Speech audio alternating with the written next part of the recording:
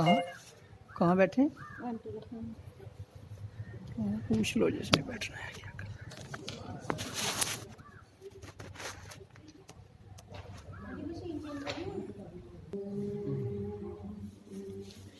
ओम ओम ओम ओम। सबसे पहले मैं आपको ये संदेश देना चाहता हूँ कि दिसंबर के पहले हफ्ते में हमारा वार्षिक सम्मेलन होता है और गुरु माता की पुण्यतिथि भी होती है। तो जो पहला संडे है वो 5 दिसंबर को आ रहा है मेरा ख्याल। तो 5 दिसंबर तक 2 हफ्ते हैं अभी। तो कल से जो हमारा कार्यक्रम चलता है अखंड उच्चारण का वो चलता रहेगा 2 हफ्ते के लिए। तो उसमें अपनी अपनी ड्यूटी समझकर एक लिस्ट बना देंगे, तो जिसमें जिसका नाम होगा उसको उसके मुताबिक आना पड़ेगा।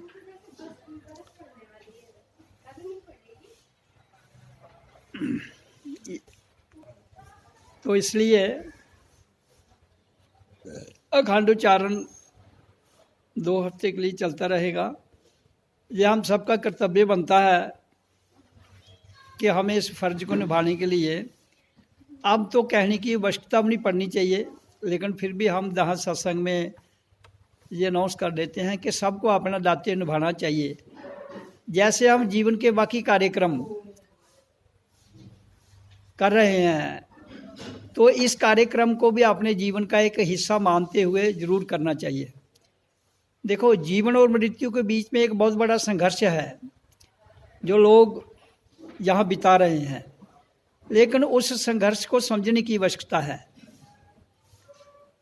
केवल जहाँ आए, पैदा हुए, बड़े हो गए, खाया पिया चले गए, ये तो संघर्ष जानवर भी कर रहे हैं। तो फिर आपने भी उसी संघर्ष में रहना है, तो इस मानव देह में आने की आवश्यकता भी फिर क्या है आपको। तो इसलिए यह मेरा कहना है कि अपने भीतर की यात्रा और अपने भीतर के गुरु से सूरत शब्द योग के द्वारा अपने जीवन को एक सार्थक दिशा में ले जाते हुए अपने गंतव्य तक, अपने अंतिम लक्ष्य तक पहुंचने का प्रयास करो, जिसके लिए जीवन मिला है।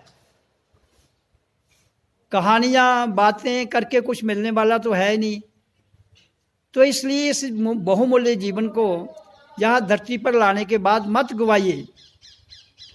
ये संदेश दूसरों तक भी ले जाना है, वो हम सब का कर्तव्य है। क्योंकि जितने भी सत्संगी यहाँ बैठे हुए हैं, इन सब का अनुभव 10 साल से ऊपर है। तो 10 साल एक बहुत बड़ा पीरियड होता है जीवन में। तो अगर आप उसको अपने तक सीमित करके रखते हैं, अपने तक ही उसको अंदर रखेंगे, तो आपके अंदर जो एक आदमी ऊपर चढ़ रहा है उसका डाउनफॉल शुरू हो जाएगा। क्योंकि किसी भी चीज़ को अपने अंदर ज़्यादा स्टॉक और स्टोर में रखने के बाद रिटार्डेशन आती है। आप किसी फसल को काटने के बाद उसके दाने अगर किसी कमरे में बंद रख दो, तो मेरा हाल 6 महीने के बाद वो सड़ना शुरू हो जाएंगे। तो अगर आप इस ज्ञान को भी, इस सत्संग की महत्ता को भी अपने भीतर रख के नहीं मैं शांत रहूँगा, अपने आप में रहूँगा, तो ऐसा कुछ आप उसमें कुछ जीत नहीं रहे हो, कुछ ना कुछ लूज करते जाओगे। क्योंकि हर के अंदर एक पानी की कैपेसिटी है और उसको पानी की कैपेसिटी के बाद उसको आगे वितरण प्रणाली में ले जाने की भी आवश्यकता है। हम जो ग्रहण करते हैं हमें उसको देना भी है।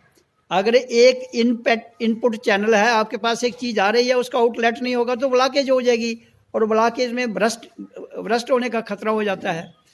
तो इसलिए ये जो जितनी भी बातें जहाँ सत्संग में बताई जाती हैं वो बहुत महत्वपूर्ण होती हैं, उसको अपने जीवन में डालने की आवश्यकता होती है।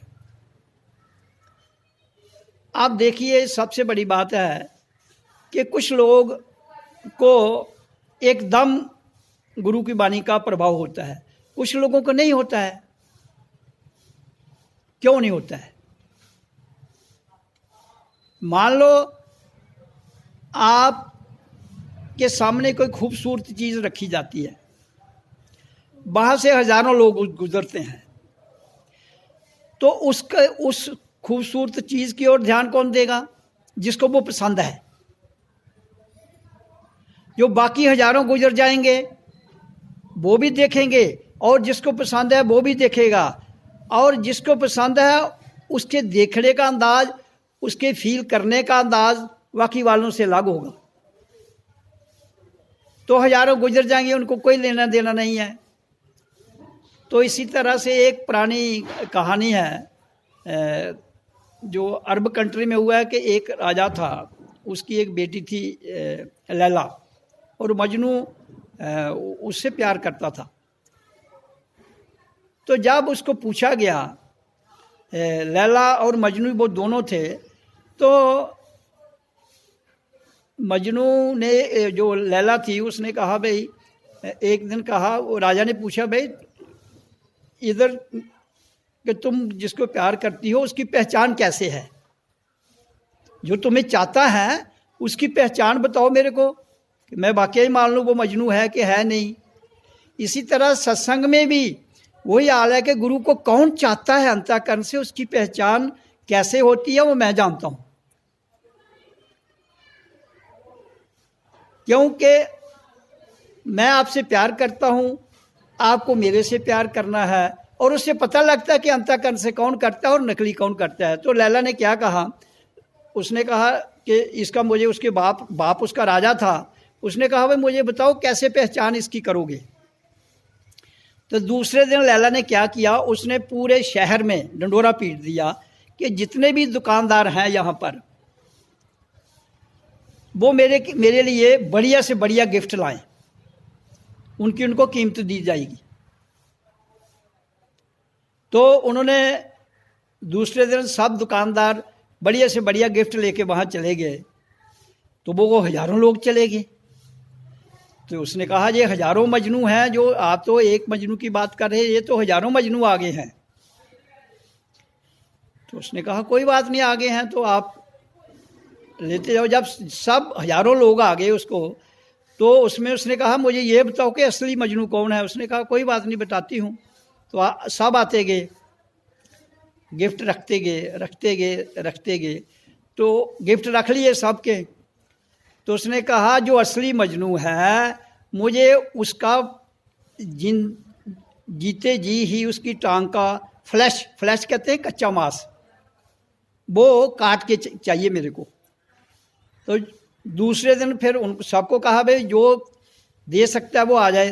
तो दूसरे दिन कोई भी नहीं आया, एक आया। जो हजारों गिफ्ट दे गए थे उनमें एक भी नहीं नजर आया।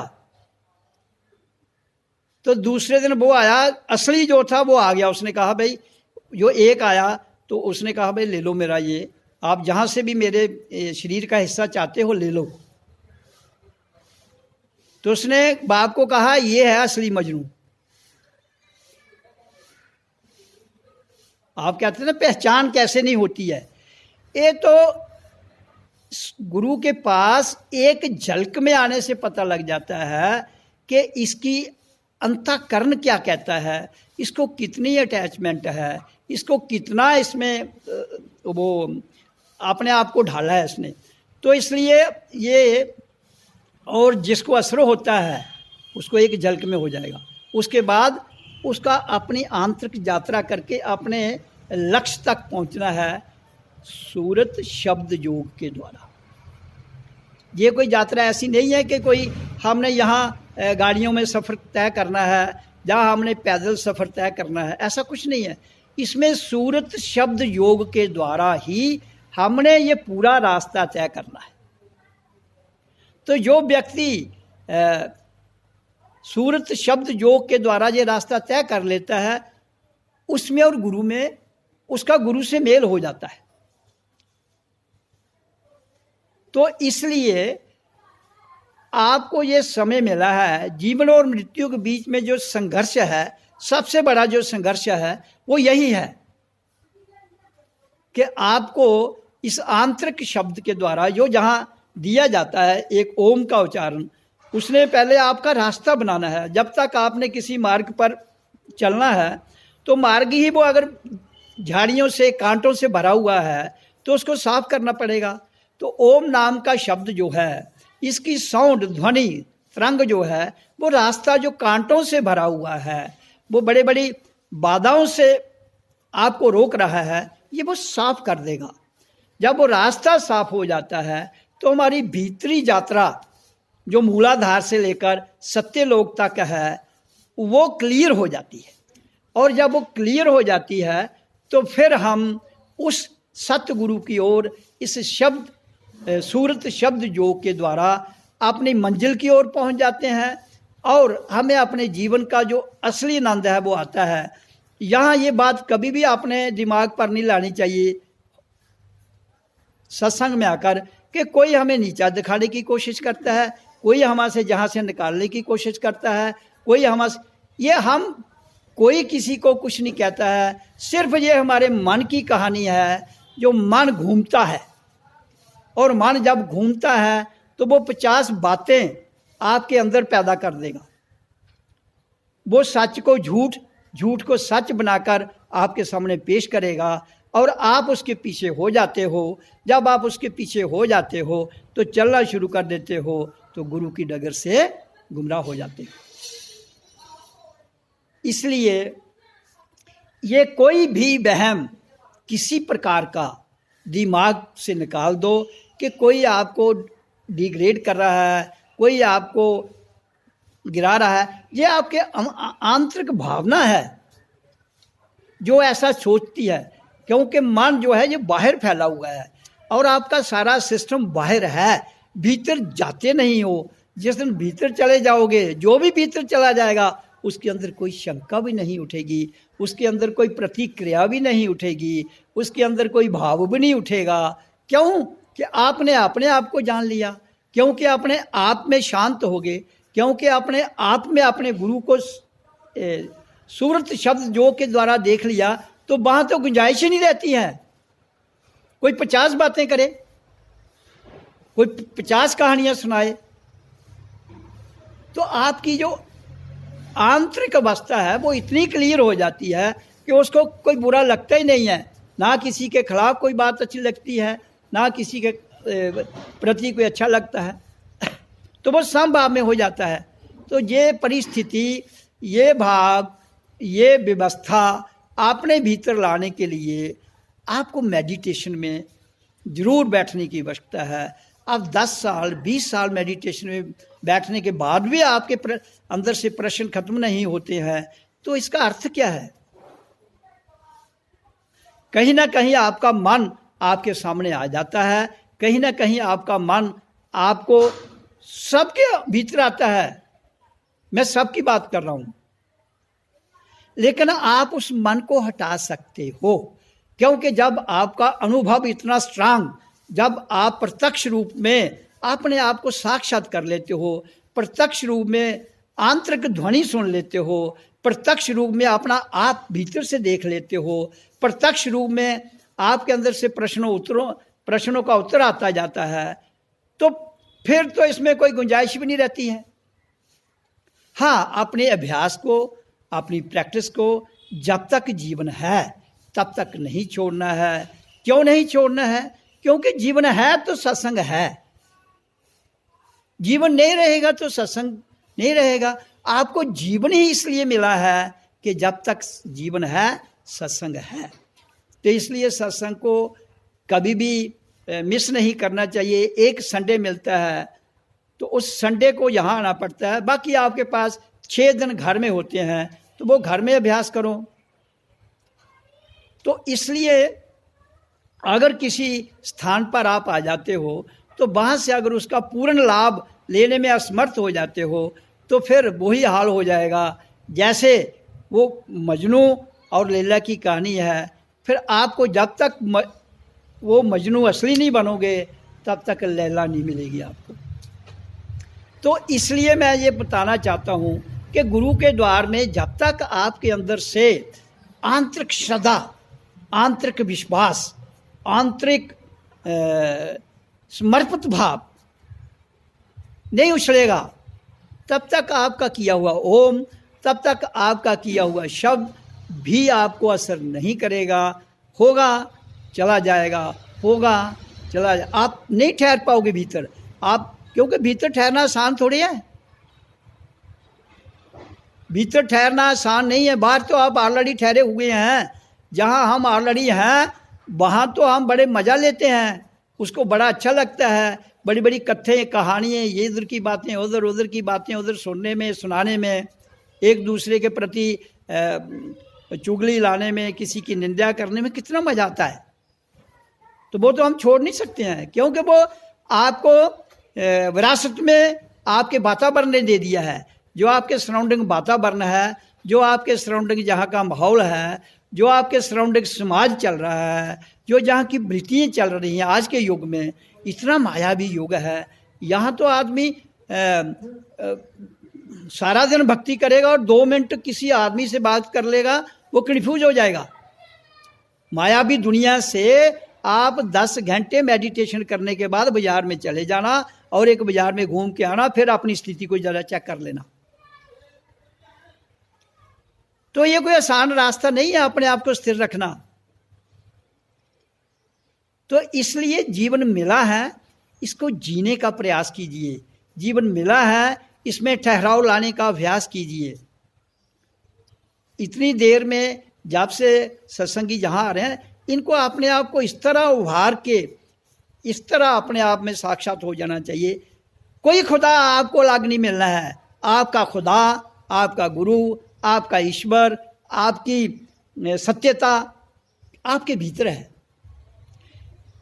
हमने जिसको मिलना है वो भीतर से मिलना है, बाहर से किसी को मिलने की आवश्यकता नहीं है। बाहर से दुनियादारी मिलेगी, बाहर से अलग अलग चेहरे दिखेंगे, बाहर से अलग अलग जहाँ के आपको रीति रिवाज देखेंगे, बाहर से जहाँ की प्रथाएं मिलेंगी। तो जब तक हम इन सारी बातों को सब्लिमेट करने के बाद भीतर की यात्रा नहीं करेंगे तो जीवन गुजर जाएगा। और जीवन को तो तुम रोक नहीं सकते हो। अगर कल तुम बच्चे थे, आज जवान, फिर बूढ़े भी हो रहे हैं, तो जो जीवन जितना गुजरा वो किस में गुजरा, वो कभी जब तक हम पूर्णता अपने भीतर से जागृत नहीं हो जाएंगे तो अपने आप में नहीं ठहर पाएंगे। इसलिए मेरा कहने का भाव ये है कि शब्द को करना, ध्यान में बैठना और सूरत शब्द योग के द्वारा अपने दर्शन करना, अपने आप को देखना, अपने आप से बातें करना, अपने आप से चर्चा करना, फिर आपको इस पूरी यात्रा का आनंद भी आएगा, समझ भी आएगी, जीवन भी शांत में गुजरेगा और आप अपनी लय में अपने गंतव्य तक भी चले जाएंगे, जिसके लिए हम यहाँ आए हैं। हमारा धरती पर जो आने का मकसद है उसे पूरा हो जाएगा तो फिर आप आगे अपने जो ज्ञान है, जो आपने अर्जित किया है प्रैक्टिकल आधार पर, मैं किताबों ग्रंथों की बात इसलिए कम करता हूँ क्योंकि ग्रंथ जब आपने अपने भीतर से अपनी किताब पढ़ ली, जब आपने भीतर से अनुभव कर लिए, तो वही बातें ग्रंथों में लिखी हैं। अगर कोई ग्रंथ बिल्कुल उसमें सत्य लिखा भी है तो उसमें सब्लिमेशन भी नहीं की, कुछ प्लस माइनस भी नहीं लिखा है, तो आपके अंदर का ग्रंथ ने प्योर है, फिर आप उसको पढ़ोगे तो उसमें भी आप निचोड़ कर लोगे। लेकिन पहले तो आप अपने आप को जानिए। जो दुनिया का सबसे बड़ा ग्रंथ है वो आपके भीतर रखा हुआ है, और अपने भीतर के ग्रंथ को ही पढ़कर आप दुनिया के पूरे ग्रंथ पढ़कर उनका निचोड़ निकाल सकते हो। पहले भीतर का ग्रंथ पढ़िए, उसके बाद संसार के ग्रंथों को बेशक पढ़िए अपने ज्ञान के लिए, मैं नहीं कहूँगा, क्योंकि ज्ञान प्राप्त करना अलग चैप्टर है, लेकिन अपने भीतर की यात्रा करना एक असली वो सफ़र है, जिस सफ़र को हमने पूरा करना है जीते जी। तो इसलिए शब्द का उच्चारण कर लेते हैं।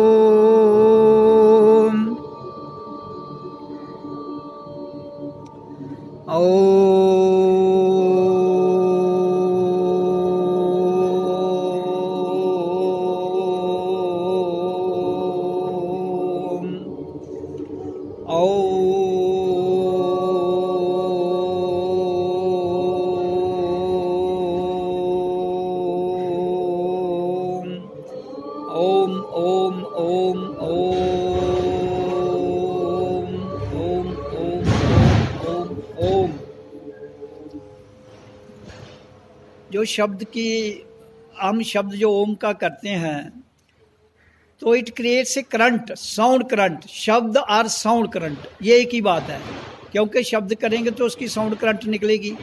अब साउंड करंट करती क्या है? साउंड करंट ने एक हमारा जो संबंध है, link between the soul and the source has been lost. आत्मा और इसका गंतव्य कहाँ है, इसकी पहुँच कहाँ है, वो धरती पर आने के बाद उसका जो लिंक है वो टूट जाता है। जब जीव आत्मा इस धरती पर इस शरीर में एंटर करती है तो वो परमात्मा का लिंक, जहाँ से आत्मा आई है, वो लिंक टूट जाता है। और उस लिंक टूटे नहीं, हमारा लिंक वो टूटे नहीं, इसलिए हमें शब्द करना पड़ता है और उसके द्वारा साउंड करंट जो है वो उस लिंक को दोबारा जोड़ देती है।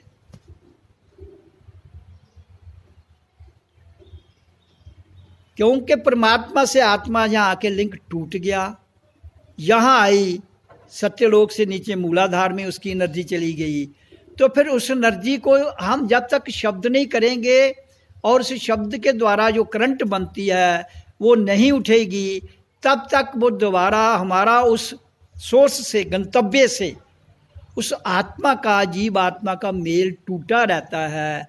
लोग नहीं करते हैं, इसलिए यहाँ संसार में ये ना करने की वजह से, शब्द ना करने की वजह से हजारों करोड़ों अरबों जीव आत्मा धरती पर भटक रही हैं और उसी के कारणवश यहाँ धरती पर उपद्रव होते हैं, झगड़े होते हैं, लड़ाइयाँ होती हैं, युद्ध होते हैं, अशांति होती है।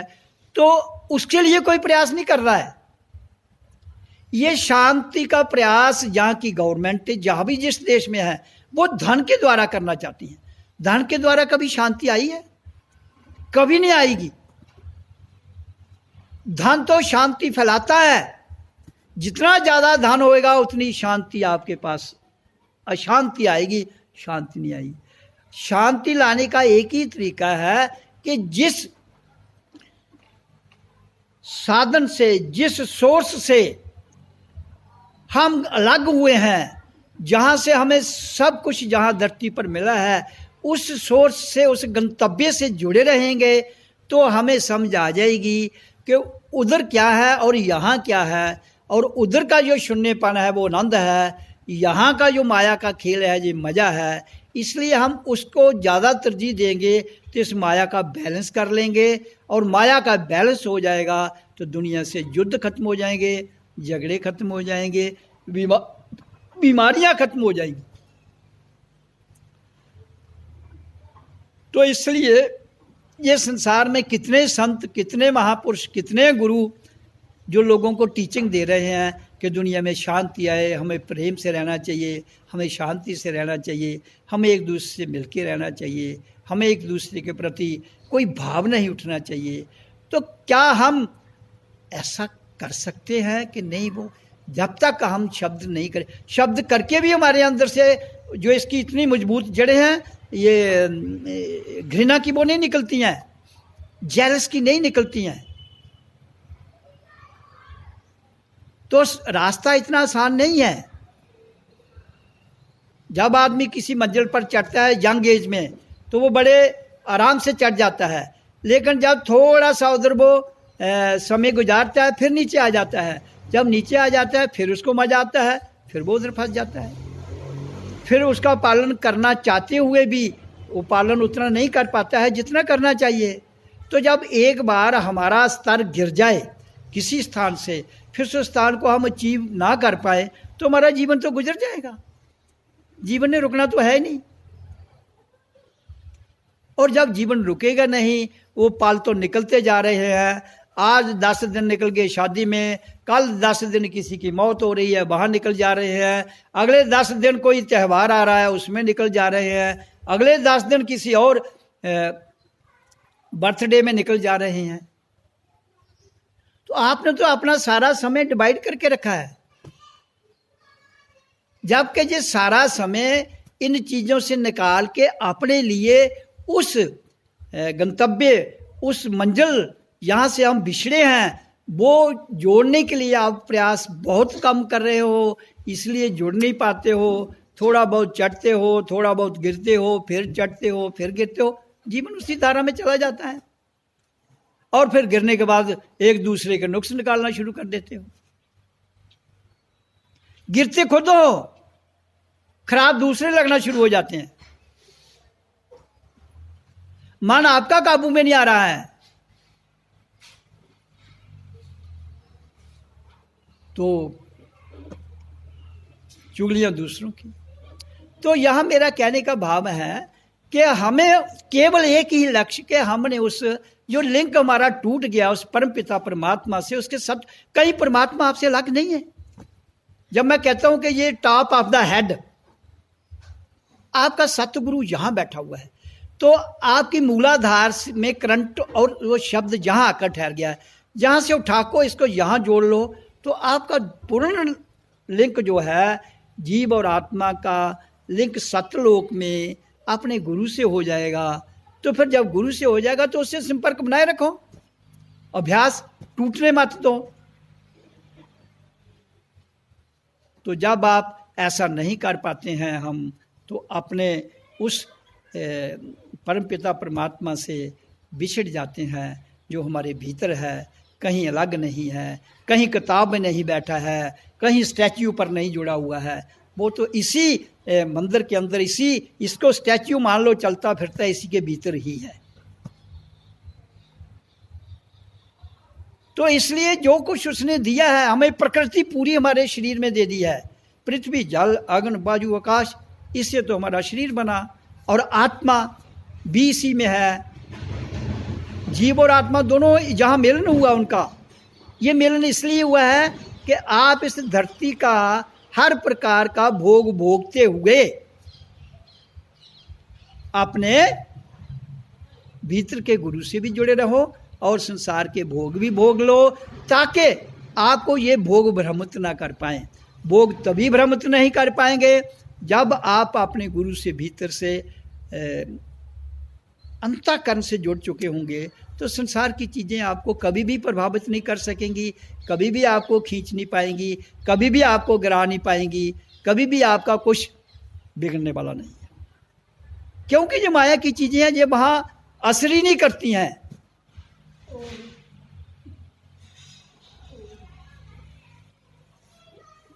आप कमल के फूल को पानी में डुबो निकालो, कहाँ पानी लगेगा उसको, ठहरते नहीं है। अगर उस पर पानी नहीं ठहरता तो आपकी कमल की डंडी तो बिरकुटी से चालू हो जाती है, सहस्रार में हजारों यहाँ वो खिले हुए हैं कमल, तो आप पर दुनिया की बातें क्यों टिकेंगी? और सहस्र दल कमल किसको कहते हैं? यही वो कमल है, ये हमारा रूहानी कमल है। यहाँ दुनिया का कोई भोग, दुनिया की कोई भी विलास, काम, क्रोध, मोह, लोभ, काम, वासना नहीं टिक पाएगी। तो क्या जब इस पर टिक नहीं पाएगी तो आप कैसे फंसेंगे? नहीं फंसेंगे ना। लेकिन वहां उस कमल की डंडी के ऊपर अपने मन को रखना पड़ेगा, अपनी बुद्धि को रखना पड़ेगा, अपने विषयों को रखना पड़ेगा और अपने आप को रखना पड़ेगा, तो काम बन गया।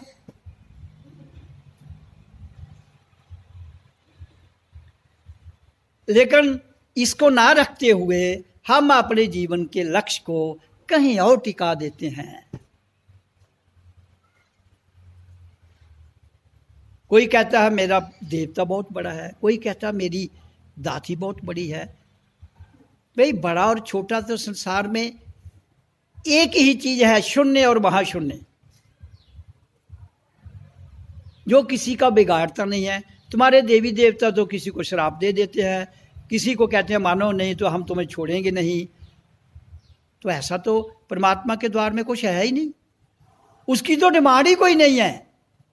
डिमांड तो मन की है। तो इसका मतलब देवता आपका मन है जो आपको घुमा रहा है। डिमांड दिमाग की प्लानिंग हो सकती है, डिमांड आपकी बुद्धि की सोच हो सकती है, डिमांड आपके मन में छुपे हुए ग्रिड जो विचारों का एक बहुत बड़ा समूह है वहां से हो सकती है। सतगुरु से तो कोई विचार ही नहीं है, वहां तो शून्य है।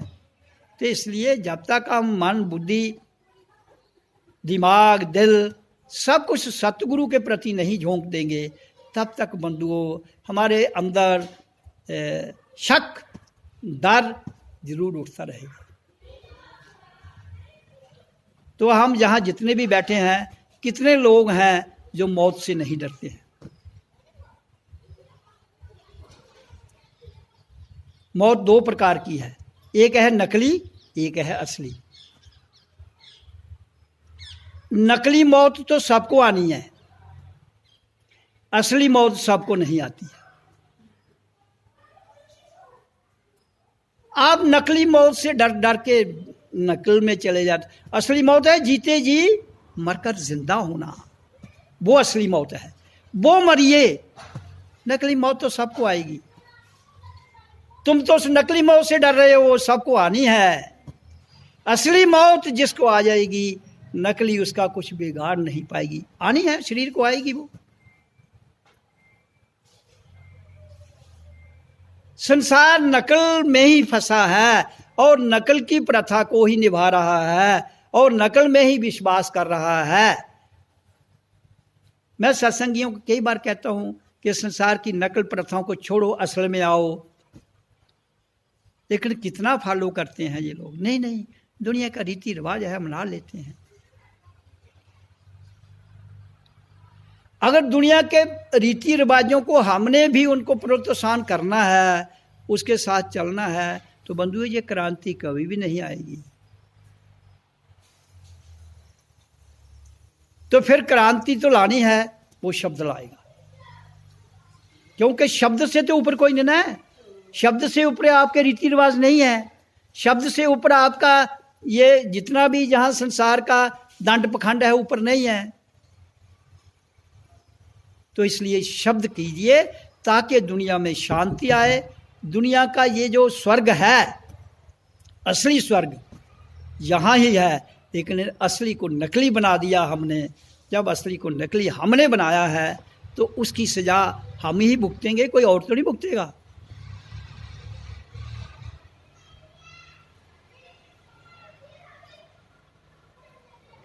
कल कोई व्यक्ति मुझे कह रहा था बहुत बड़े जंजाल में गुरुजी हम फंस गए हैं। मैं क्या यार, जंजाल तूने खुद बनाया होगा। जंजाल तो इंसान खुद बनाता है, किसी को क्या चिट्ठी पड़ी है? परमात्मा कौन सा जंजाल बना रहा है आपके लिए? खुद ही आप लगे रहेंगे, ये माल इकट्ठा कर लूँ, इधर से माल इकट्ठा कर लूँ, इधर से ये कर लूँ, इधर से बच्चे पैदा हो गए, इनको ये बनाऊँ वो बनाऊँ। जिसने जो बनना है वो बनेगा, जो जिसके लिए आया वो करेगा। लेकिन फिर भी हम नहीं, वो नहीं छोड़ सकते हैं। परिवार आपका है, हम कितना भी भजन करेंगे, परिवार वाले फिर भी दबा लेते हैं।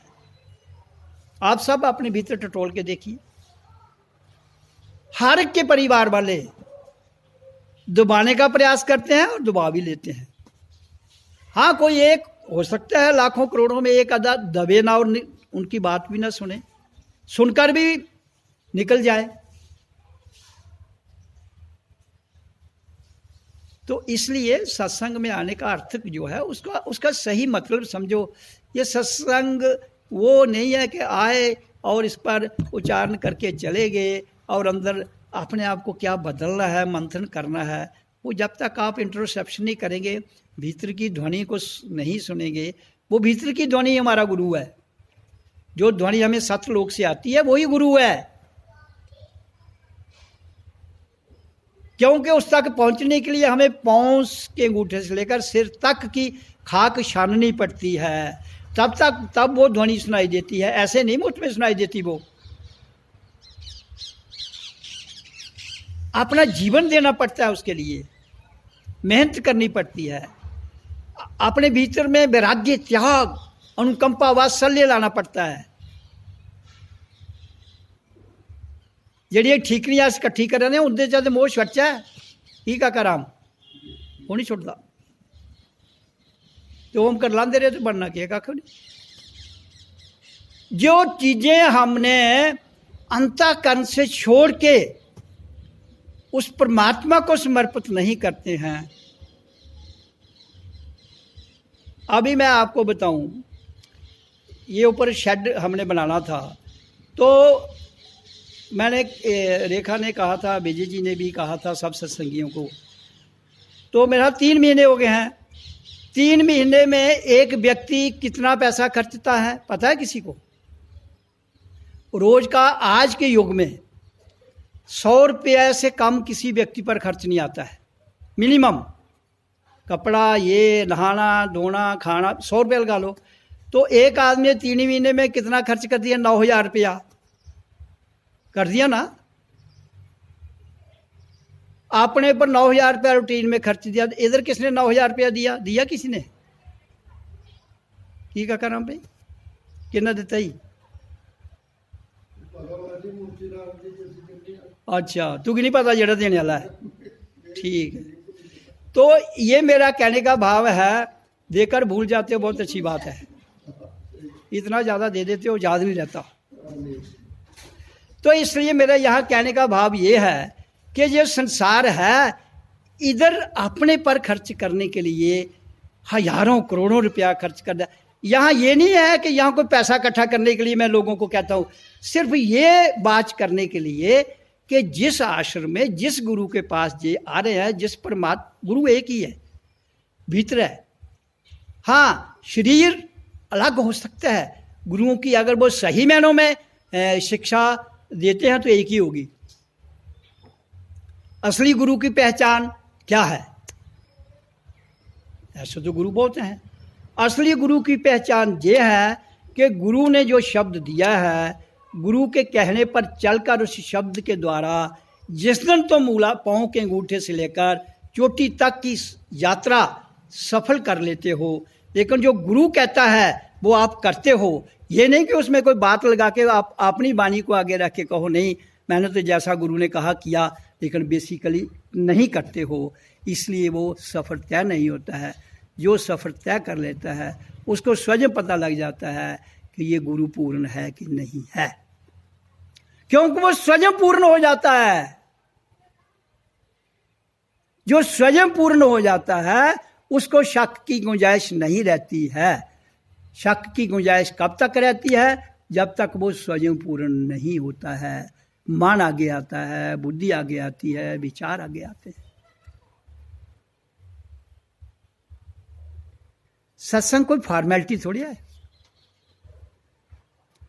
ये बहुत गहरी एक अपनी शांत भाव में सफर करने की यात्रा है, जिसमें हमने अपने आप को रखना है, ठहरना है।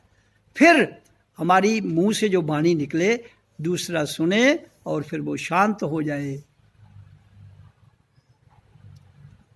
और हम अपने आप को एक आनंदित भाव में, एक साक्षात अवस्था में अनुभव करें। ये हमारे जीवन का लक्ष्य होना चाहिए।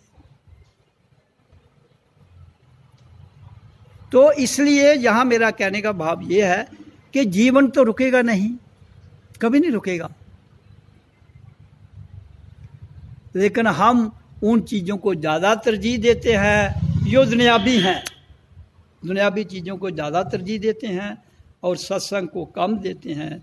इसलिए कहीं ना कहीं हम उस अपने मंजिल तक पहुंचने में कोताही हो जाती है।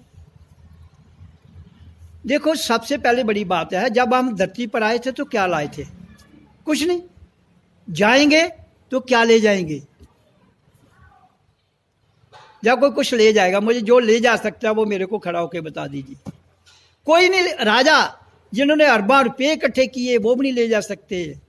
उनका भी वही अंजाम होता है जैसे एक भिखारी का होता है।